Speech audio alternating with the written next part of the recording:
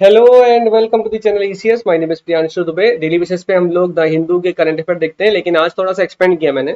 न सिर्फ द हिंदू बल्कि PIB, down to earth, Indian express और जर्नल्स ऑफ इंडिया में जितने भी मोस्ट इंपोर्टेंट टॉपिक जो कॉमन हो गया उनको तो उठा ही लिया मैंने। लेकिन जो मुझे लगा कि इनमें विशेष रूप से लिखा हुआ है, इसमें कुछ एक्स्ट्रा लिखा हुआ है, जैसे पीआईबी में आज पीआईबी की अगर न्यूज की बात करूं तो वहां पर नॉर्दर्न लिमिट ऑफ मानसून, मतलब मानसून की जो उत्तरी सीमा है उसके बारे में एक लेख लिखा हुआ है, उस पे एक आर्टिकल लिखा हुआ है, उसको उठा लिया। डाउन टू अर्थ की बात की जाए तो ब्लू फिंड मछली की बात, तो डाउन टू अर्थ से इसको उठा लिया। या डाउन टू अर्थ में आज निकला हुआ है स्मॉल आइलैंड डेवलपिंग स्टेट्स, ये जो छोटे छोटे द्वीप है विकासशील, इनके बारे में चर्चा कर दी गई है, तो इसका बेसिक स्टेटमेंट उठा लिया। या फिर इंडियन एक्सप्रेस की बात करूं तो उमलिंगला पास के बारे में, या फिर ये जो फॉरेस्ट रिजर्व ऑफ इंडिया है ये इंडियन एक्सप्रेस में निकला है।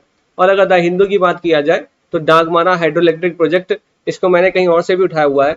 लेकिन हाँ, ये सारे के सारे जितने भी करंट अफेयर आज के आपके हैं, जैसे नंबर 1 पे है यूनेस्को की साइंस रिपोर्ट, जो कि जर्नल्स ऑफ इंडिया से उठाई गई है।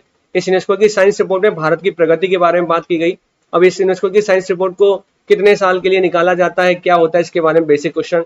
इसके साथ ही मानसून की जो उत्तरी सीमा है उसके बारे में बेसिक क्या है, मानसून की उत्तरी सीमा पीआईबी में क्या लिखा है, बस इतना बेसिक जानना है। उमलिंगला पास की लोकेशन क्या है ये मैंने यहाँ पे बता दी। ला का मतलब ही होता है पास, दर्रा, तो उमलिंग दर्रे का क्या लोकेशन है वो आपके लिए important.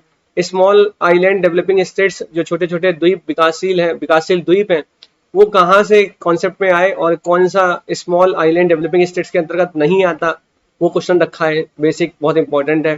Forest reserve of India, Bharat का जो फॉरेस्ट रिजर्व है उसमें कौन कौन से कंपोनेंट क्या क्या पाया जाता है और सबसे अधिक मात्रा में क्या है, एसडीआर बहुत ज्यादा है या गोल्ड बहुत ज्यादा है या फिर कुछ और बहुत ज्यादा है, इसके बारे में चर्चा। वीजापुर सेट अपनी तरह का विश्व का पहला एक कुछ कुछ है जो पहला है, इसलिए इंपॉर्टेंट हो जाएगा। सेट लगाई था, सैटेलाइट है, ऑब्वियसली बात समझ में आ रहा होगा। डागमारा हाइड्रो इलेक्ट्रिक प्रोजेक्ट किस स्टेट में है और किस नदी पर बनने की बात चल रही है, मेमोरेंडम ऑफ अंडरस्टैंडिंग पे साइन किया गया। तो डागमारा हाइड्रो इलेक्ट्रिक प्रोजेक्ट की लोकेशन बहुत इंपॉर्टेंट, और नदी पे कौन सी पे इंपॉर्टेंट आपसे पूछा जा सकता है। चलिए शुरुआत करते हैं। 15 जून 2021, स्टेटमेंट नंबर, क्वेश्चन नंबर 1। मैं आपको न्यूज दिखा देता हूँ, जर्नल्स ऑफ इंडिया में ये निकला हुआ है कि India into scientific research based on UNESCO science report. तो यूनेस्को साइंस रिपोर्ट में भारत के बारे में, भारत के साइंटिफिक रिसर्च के बारे में कुछ बातें करी गई, कुछ रिपोर्ट में लिखा गया है। तो इस यूनेस्को की साइंस रिपोर्ट का पहला स्टेटमेंट लिखा है कि बताइए, it is a flagship publication of UNESCO. ये यूनेस्को का फ्लैगशिप पब्लिकेशन है, साइंस रिपोर्ट, यूएसआर, जिसे हम लोग कहते हैं USR, UNESCO science report. Release for every 5 year, हर 5 साल के लिए इसको रिलीज किया जाता है। The report states that India has made solid progress towards investment in research but failed to progress toward SDG target। कहना चाह रहा है इस रिपोर्ट में, स्टेटमेंट में लिखा है कि सही है या नहीं। स्टेटमेंट में लिखा हुआ है कि इस रिपोर्ट में लिखा है कि भारत के द्वारा जहां रिसर्च में बहुत अच्छा प्रोग्रेस किया जा रहा है, बहुत अच्छा निवेश कर रही है भारत सरकार, वहीं भारत एसडीजी सतत विकास लक्ष्यों में पिछड़ रहा है।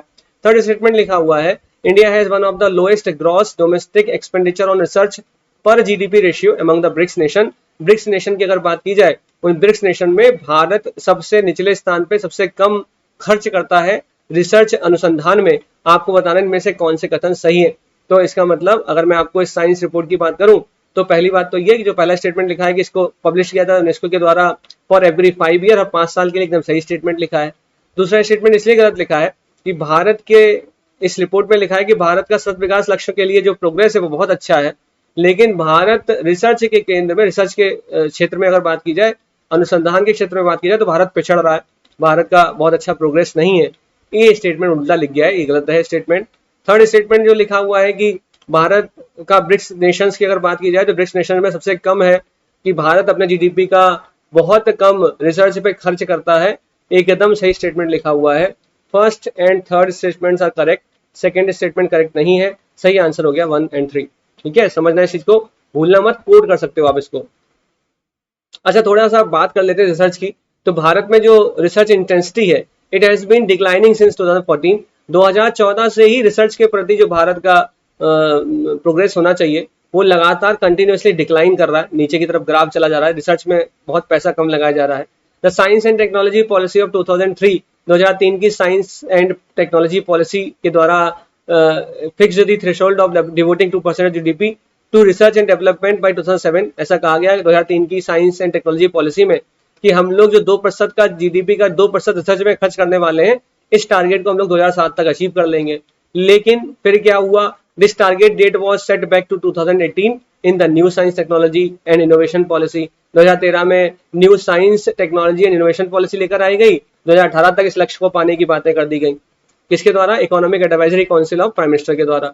अब क्या हुआ 2020 में, in 2020 the task force drafting the country's new science and technology policy recommended pushing back the target date to more realistic 2030। 2030 तक वो कह रहे हैं इस प्रकार से हम लोग लगभग इस डेट तक आते आते इस चीज को, टारगेट को अचीव कर ले जाएंगे। ठीक, तो अब समझना पड़ेगा कि अनुसंधान की आवश्यकताएं क्या है, रिसर्च की इंपॉर्टेंट क्या, R&D का जरूरत क्या है, रिसर्च एंड डेवलपमेंट का इंपॉर्टेंस क्या है, क्यों रिसर्च पे लोग, कई सारे देश जो डेवलप्ड नेशन है वो फोकस करते हैं। तो ये मैंने आपको न्यूज बता दी, नंबर 1। नंबर 2 है consider the following statement with respect to the northern limit of monsoon. जो मॉनसून की उत्तरी सीमा है इसके बारे में कौन सा कथन सही है बताइए। बेसिक क्वेश्चन है, लोड नहीं लेना है। एनएलएम क्या है? ये northern limit of monsoon, it is the north most boundary of India up to which monsoon rains have advanced on any given day. मतलब किसी भी दिन इस उत्तरी मॉनसून सीमा में जो मॉनसून रेन है वो एडवांस मतलब पहुंच सकती है। It is a way of tracking the progress of monsoon clouds as they move over India's land mass. जैसे जैसे ये क्लाउड इंडिया के लैंड मास पे पहुंचते हैं, स्थलीय क्षेत्र पे पहुंचते हैं, तो ये एक प्रकार की ट्रैकिंग, मतलब एक प्रकार का ट्रैक करने का रास्ता है। Northern limit of monsoon, track करने का वो रास्ता जिसके द्वारा ये पता लग सकता है कि ये मानसून किस प्रकार से प्रोग्रेस कर रहा है, लैंड मास की ओर किस प्रकार से बढ़ रहा है। मानसून क्या? साउथ वेस्ट मानसून का मतलब दक्षिण पश्चिम मानसून। हमारे जो मानसून विंड है उसे हम लोग कहते हैं दक्षिण पश्चिम मानसून विंड है। साउथ वेस्ट मानसून हमारे यहाँ आता है, मतलब वो कहाँ से उठेगा? मानसून का मतलब पानी से आर्द्रता, ह्यूमिडिटी को गेन कर रहा होगा, लैंड पे पहुंचता, मतलब स्थल पे, क्षेत्र पे पहुंचता होगा और फाइनली बारिश कर देता होगा। तो इस बार क्या हो रहा है कि एडवांस्ड, मतलब जो मानसून का डेट है फिक्स्ड, उससे पहले ही भारत में मानसून की जल्दी आ रहा है मानसून। इसको कहा गया कि northern limit of monsoon shift हो गया, मतलब शिफ्टिंग है। तो इसमें एक डायग्राम दिखाया गया, ये देखो एग्जिस्टिंग डेट ये थी, 1 जून को इस तरीके से जाना चाहिए था, लेकिन न्यू डेट अब ये आ गई, जल्दी आ रहा है। तो जल्दी बता रहे हैं कि 15 जुलाई तक आते आते ये उत्तरी भारत को पूरा कवर कर लेगा। दरअसल आमतौर पर दक्षिण पश्चिम मानसून 1 जून के आसपास केरल में प्रवेश करता है। यह उत्तर की ओर बढ़ता है और आमतौर पर 15 जुलाई के आसपास तक पूरे देश को कवर कर लेता है। IMD के अनुसार मानसून की उत्तरी सीमा, जिसे हम लोग कह रहे हैं northern limit of monsoon, Diu, Surat, Nandurbar, Raisen, Damoh, Umaria, Pendra road, Bolangir, Bhubaneswar, Baripada, Purulia, Dhanbad, Darbhanga से होकर गुजर रही है। एनएलएम क्या चीज है? ये मानसून की सबसे उत्तरी सीमा है, जिस सीमा तक मानसून किसी भी दिन आगे बढ़ता है। तो मानसून किसी भी दिन आगे बढ़ता है, वो उत्तरी सीमा है। तो ऐसा कहा जा रहा है कि इस बार मानसून थोड़ा जल्दी आ रहा है, जल्दी कवर अप करेगा। तो ये एनएलएम है, इसके बारे में बहुत ज्यादा परेशान होने की आवश्यकता नहीं है कि लगे पड़े कॉन्सेप्ट को घोटने में, बिल्कुल नहीं घोटना है। बस क्या है एनएलएम, क्या आप एनएलएम से समझ सकते हो, बेसिक पॉइंट जाने, बस एकदम बेसिक पॉइंट। अगला क्वेश्चन है Umlingla pass seen recently news is located in. ये जो उमलिंगला पास, उमलिंगला, ला का मतलब दर्रा ही होता है, ला का मतलब ही पास होता है। तो उमलिंगला जो अब रिसेंटली न्यूज में ला, उमलिंग दर्रा, इस उमलिंग दर्रा के संबंध में कौन सा कथन, मतलब इसकी लोकेशन क्या है? पूछा गया सिक्किम में है क्या, लद्दाख में है क्या, हिमाचल प्रदेश में है क्या, उत्तराखंड में है क्या? तो देखो ये लेह बता रहे हैं, ये उमलिंगला पास बता रहे हैं, ये हिमाचल प्रदेश में मनाली है, ये लद्दाख वाला रीजन है। तो इसका सही आंसर क्या है? Ladakh, option B. ठीक, option B is the right answer. ठीक, अगला न्यूज निकली जिसमें डाउन टू अर्थ में निकला है कि small island state faced thrice as much fall in GDP in 2020 as other developing countries. जितनी विकासशील देशों के द्वारा पेंडेमिक के चलते जीडीपी में उनके फॉल हुआ है, जीडीपी उनकी गिर गई है, उससे 3 गुना ज्यादा गिरी है इन स्मॉल आइलैंड स्टेट्स में। जो छोटे छोटे विकासशील द्वीप समूह हैं, इन्हीं की 2020 की जीडीपी में 3 गुना ज्यादा कमी देखी गई विकासशील देशों की तुलना में। तो अब इसमें क्वेश्चन आ सकता है कि which of the following countries is or are recognized as small island developing states by the United Nation. United Nation के द्वारा इनमें से किन कंट्रीज को, देशों को स्मॉल आइलैंड डेवलपिंग स्टेट, मतलब छोटे द्वीप, विकासशील द्वीप के अंतर्गत रखा जाता है? Bahrain, Singapore, Thailand. ठीक है, बहरीन, सिंगापुर और थाईलैंड। ऑप्शन लिखा हुआ है 1 2 2 3 1 3 1 2 3। आपको बताना है कि आप बहरीन, सिंगापुर और थाईलैंड, ये इनमें से कौन स्मॉल आइलैंड डेवलपिंग स्टेट्स के अंतर्गत आता है। तो देखो स्मॉल आइलैंड डेवलपिंग स्टेट्स के अंतर्गत कौन कौन सी लोकेशन आप जनरली देखोगे।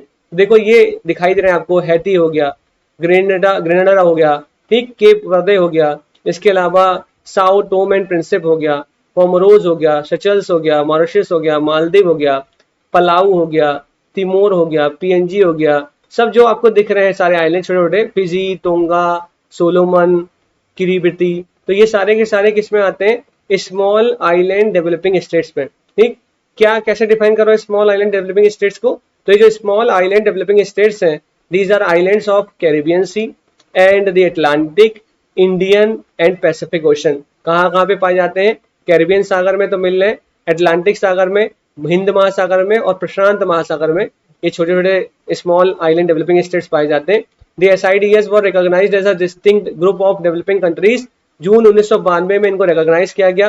कहाँ पर रिकॉग्नाइज किया गया, यूनाइटेड नेशंस का कॉन्फ्रेंस हुआ ऑन एनवायरमेंट एंड डेवलपमेंट। ठीक है, तो संयुक्त राष्ट्र का जो कॉन्फ्रेंस हुआ पर्यावरण और विकास पर 1992 में, पर्यावरण और विकास पर 1992 में जो कॉन्फ्रेंस हुआ संयुक्त राष्ट्र का, वहां पर इनको रिकॉग्नाइज किया गया पहली बार SIDS टर्म को। तो मोस्ट इंपॉर्टेंट इस लाइन को याद रखना, there is small size, remoteness, narrow resources and export base and exposure to global environment challenges and external economic shocks including to a large range of impacts from climate change। मतलब कुछ भी अगर बाहरी रूप से कुछ भी हो रहा, चाहे वो क्लाइमेट चेंज, जलवायु में परिवर्तन हो रहा हो, चाहे वो इकोनॉमिक शॉक्स की वजह से पेंडेमिक हुआ, तो जहां विकासशील देशों को जितनी जीडीपी का घाटा हुआ उससे 3 गुना घाटा इनको हो गया।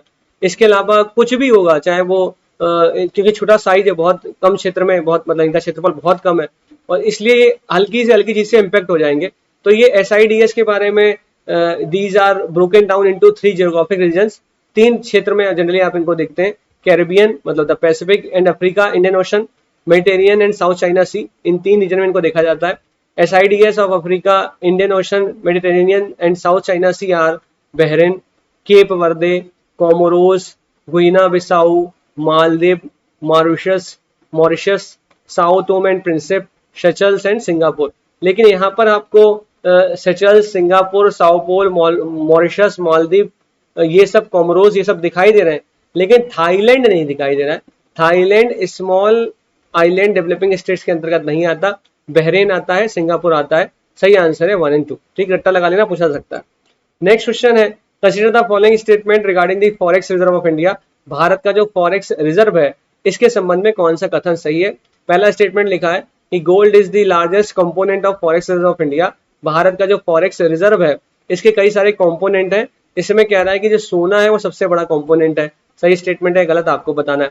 Rise in forex reserve strengthen the rupee against dollar. जैसे जैसे फॉरेक्स रिजर्व की मात्रा बढ़ती जाती है, जैसे हम लोगों ने $500, $491, जितनी ज्यादा हम मात्रा फॉरेक्स रिजर्व की बढ़ती चली जाएगी, हमारे पास जितना ज्यादा फॉरेक्स रिजर्व होगा। फॉरेक्स का मतलब ऐसा जो भी ऐसी चीज जो कुछ कंपोनेंट है, उस फॉरेक्स रिजर्व के कंपोनेंट क्या क्या है। तो देखो फॉरेक्स रिजर्व के अंतर्गत क्या क्या आता है, फॉरेन करेंसी एसेट्स आते हैं, जैसे डॉलर के टर्म में जो सबसे बेहतरीन करेंसी होगी, जिसमें बहुत ज्यादा इजी वे ऑफ एक्सेस होगी और इजी वे ऑफ ट्रांजैक्शन होगा, वो फॉरेन करेंसी एसेट होगा।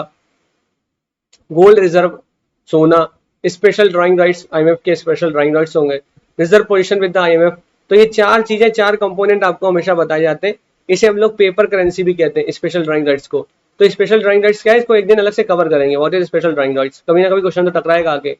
तो ये 4 कंपोनेंट है जिसमें सबसे अधिक मात्रा भारत की इंडियन फॉरेक्स रिजर्व की, सबसे अधिक मात्रा इंडियन फॉरेक्स रिजर्व में सबसे अधिक क्या पाया जाता है, सबसे अधिक होता है फॉरेन करेंसी एसेट, ये सबसे अधिक मात्रा में पाया जाएगा।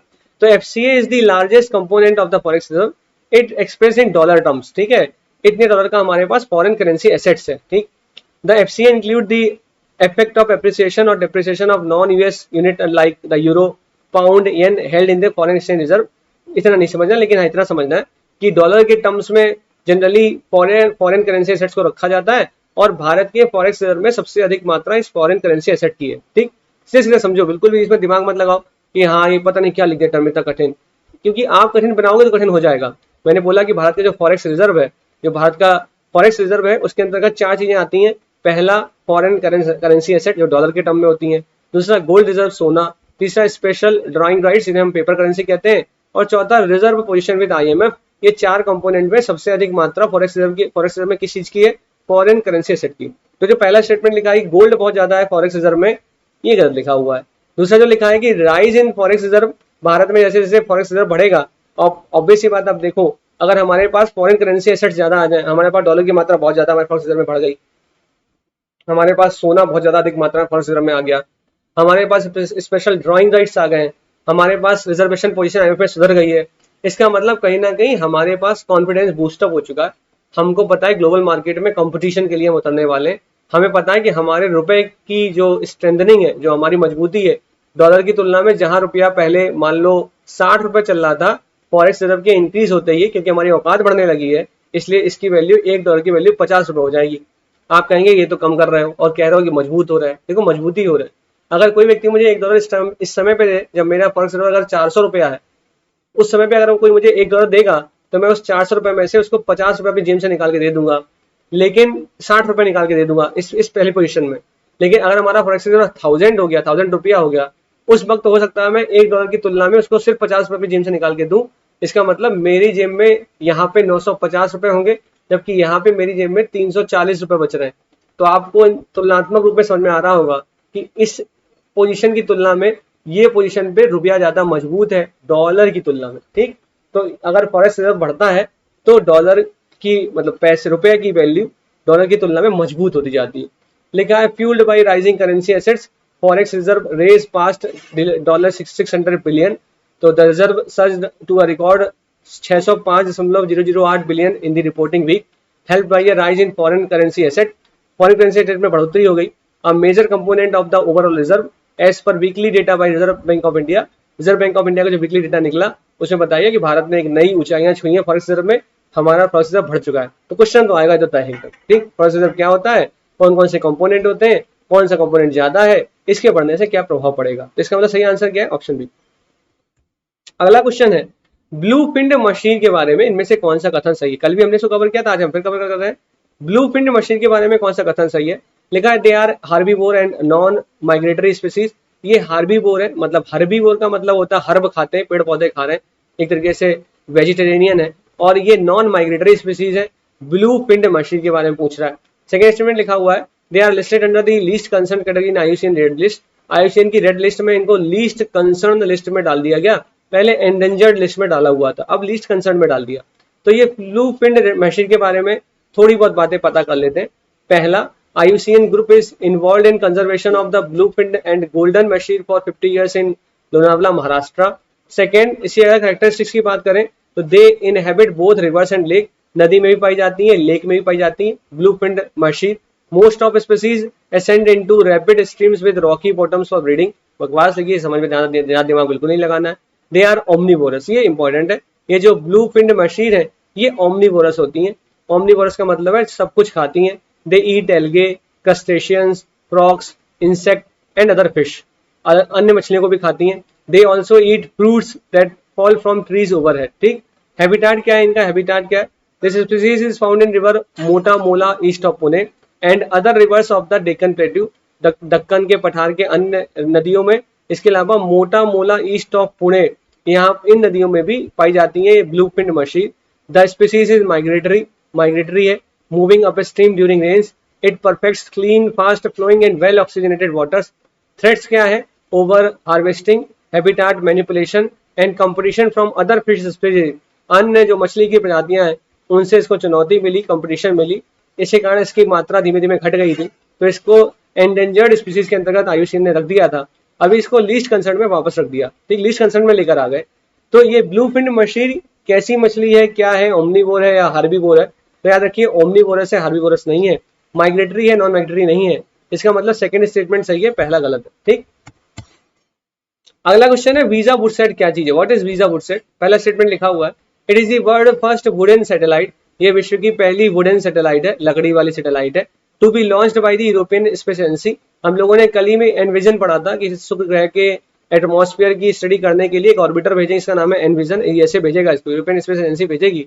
आज वीजा वुडसेट के बारे में देख रहे हैं। The mission of the satellite is to test the applicability of wooden material in spacecraft structure and expose it to extreme space condition.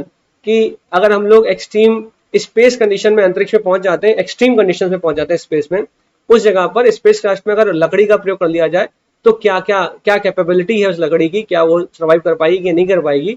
इसको देखने के लिए वीजा वुडसेट नाम से इस तरह के एक सैटेलाइट को, जो कि लकड़ी का सैटेलाइट है, विश्व का पहला सैटेलाइट है, इसको भेजने का यूरोपियन स्पेस एजेंसी प्रयास कर रही है। तो आपको बताने में से कौन सा कथन सही है। पहला 100% ट्रू है, दूसरा भी ट्रू है, both are the correct statement. ठीक, तो European space Agency has plan to put the world first wooden satellite वीजा woodsat on earth orbit by the end of this year. इस साल के अंत तक वीजा वुडसैट को भेजने के लिए यूरोपियन स्पेस एजेंसी तैयार है। The mission of the satellite is to test the applicability of wooden material like plywood in spacecraft structure and expose it to the extreme space condition such as heat, cold, vacuum and radiation। विकिरण में किस प्रकार का ये लकड़ी plywood वगैरह लगा दें कैसे काम करेगी, वैक्यूम में कैसा काम करेगी, ठंडा होगा तो क्या करेगी, गर्म होगा तो क्या करेगी। For an extended period of time it will be launched by space by the end of 2021 with a Rocket Lab Electron rocket from the Mahia peninsular launch complex in New Zealand. ठीक, कहाँ से छोड़ी जाएगी, न्यूजीलैंड के माहिया launch complex से। इतना नहीं जानना, लेकिन इतना जानना है बस कि वर्ल्ड की पहली वुडन सैटेलाइट्स का नाम है वीजा वुडसैट। ठीक, इंपॉर्टेंट है, ईएसए यूरोपियन स्पेस एजेंसी की द्वारा बनाई जा रही है, नासा का कोनो संबंध नहीं है। ठीक, अगला क्वेश्चन है आखिरी। Consider the following statement with respect to Dagmara hydro electric project. Dagmara hydro electric project के संबंध में आपको क्या लगता है कौन से कथन सही है। बिहार के द्वारा साइन किया गया MOU for mega hydro power project with NHPCL। NHPCL के साथ बिहार ने मेमोरेंडम ऑफ अंडरस्टैंडिंग साइन कर लिया है इस मेगा हाइड्रो पावर प्रोजेक्ट के लिए। इसका नाम है Dagmara hydro electric power project. लिखा है पहला statement, it is the largest multipurpose hydro power project to be constructed in the state of Uttarakhand. यहाँ तो बिहार लिखा है, पहले ही गलत हो गया। दूसरा लिखा है it is envisaged as a run of the river project on river Dagmara. ये रिवर डागमारा पर बन रहा है। देखो ऐसे प्रश्न यूपीएससी बहुत प्यार से रखती है, उसे पता है कि आपने नहीं पढ़ा तो आपको डागमारा रिवर ही समझ में आएगी। रिवर है कोसी। ठीक, दोनों, दूसरा स्टेटमेंट भी गलत है, पहला स्टेटमेंट भी गलत है। आंसर है नाइदर वन नॉट टू। आज के प्रश्न बहुत इंपॉर्टेंट थे, इनको बहुत ध्यान से देखो। मैं इसकी आपको PDF भेज दूंगा। Priyanshu Dubey official Telegram group है। प्रियांशु दुबे ऑफिशियल जब आप टेलीग्राम पे सर्च करेंगे तो आपको ये फोटो दिख जाएगी। ये फोटो देखो, ये जो लगी है, ये जो लगी हुई है, ये फोटो ये आपको दिख जाएगी। इसको इस पे जुड़ जाइए, मैं इस पे PDF शेयर कर देता हूँ। डेली बेसिस पे इस टेलीग्राम ग्रुप में मैं डेली बेसिस पे टेलीग्राम लिंक मतलब ग्रुप का नाम है प्रियांशु दुबे ऑफिशियल, सर्च करेंगे आपको मिलेगा। डेली बेसिस पे मैं यहाँ पे Jansatta, Dainik Jagran, the Hindu, Indian Express, Pioneer, Guardian, इनके इंपॉर्टेंट आर्टिकल शेयर कर देता हूँ। डेली बेसिस पे मैं यहाँ पे करंट अफेयर शेयर कर देता हूँ PDF के फॉर्म में। डेली बेसिस पे जो भी मुझे इंपॉर्टेंट डायग्राम दिखता है, फिगर दिखता है, मैप दिखता है, उसको शेयर कर देता हूँ। जो इंपॉर्टेंट न्यूज है शेयर कर देता हूँ। कुछ अगर मैं करने वाला हूँ वो भी शेयर कर देता हूँ। तो अगर आप यहाँ पे जुड़ेंगे तो दिन में आपको 7 से 8 या 9 इमेजेस मिलेंगी। ज़्यादा मैं शेयर करने की कोशिश में रहता नहीं हूँ, क्योंकि एक बच्चा कितने ग्रुप में ज्वाइन करके कितना पढ़ेगा। तो आप इसमें जुड़ जाएं। साथ में आप इंश्योर सिविल सर्विसेज को ज्वाइन करें। आपकी RO रिव्यू ऑफिसर की हिंदी की क्लास कल मैं डाल दूंगा। सर कल से हिंदी का सबसे पहले लेक्चर जो सबसे पहला आएगा, उसमें आपका क्या सिलेबस है रिव्यू ऑफिसर के हिंदी में, क्या आता है क्या नहीं आता है, O लेवल क्या है, PGDC क्या है, इसके बारे में चर्चा करेंगे सर। और इसके बाद शुरू होगा हिंदी का खेला। हिंदी पूरी आपको कवर की जाएगी। बोर्ड पे सर व्हाइट बोर्ड पे पढ़ाएंगे, डिजिटल बोर्ड नहीं, व्हाइट बोर्ड पे लिखकर पूरा प्रॉपर बताएंगे। जो मोस्ट इंपॉर्टेंट, चाहे विलोम शब्द हो, पर्यायवाची हो, तत्सम तद्भव हो, इसके अलावा वन वर्ड सब्स्टिट्यूशन हो, मतलब अनेक शब्दों के लिए एक शब्द हो, वो सारी चीजें सर कवर कर रहे होंगे। बहुत ईजी वे पढ़ा रहे होंगे ताकि आपको ना सिर्फ चीजें रट जाएं बल्कि समझ में भी आ जाए, सिर्फ आप रटने के पीछे ना भागे। ठीक, तो ये कल से क्लास शुरू हो जाएगी। आज मैं थंबनेल लगा दूंगा, आशा आप लोग देख रहे होंगे। बाकी YouTube से जुड़ जाइए, सब्सक्राइब कर लीजिए चैनल को और बेल आइकन पे प्रेस करिए ताकि नोटिफिकेशन आपको आसानी से मिल जाए। प्रियांशु दुबे ऑफिशियल को ज्वाइन करिए डेली बेसिस पे। अब ये थोड़ा सा मैं इसको एक्सपेंड कर रहा हूँ, डाउन टू अर्थ तक पहुंच गया हूँ, इंडियन एक्सप्रेस तक पहुंच रहा हूँ, जर्नल्स ऑफ इंडिया तक पहुंच रहा हूँ। दुनिया भर की चीजों को देखकर अब मैं क्वेश्चन लेकर आ रहा हूँ। 7 से 8 है, 20 मिनट से ज्यादा का क्वेश्चन टाइम आपको लगेगा नहीं। पूरा वीडियो देखिए। Thank you so much. जय हिंद, जय भारत।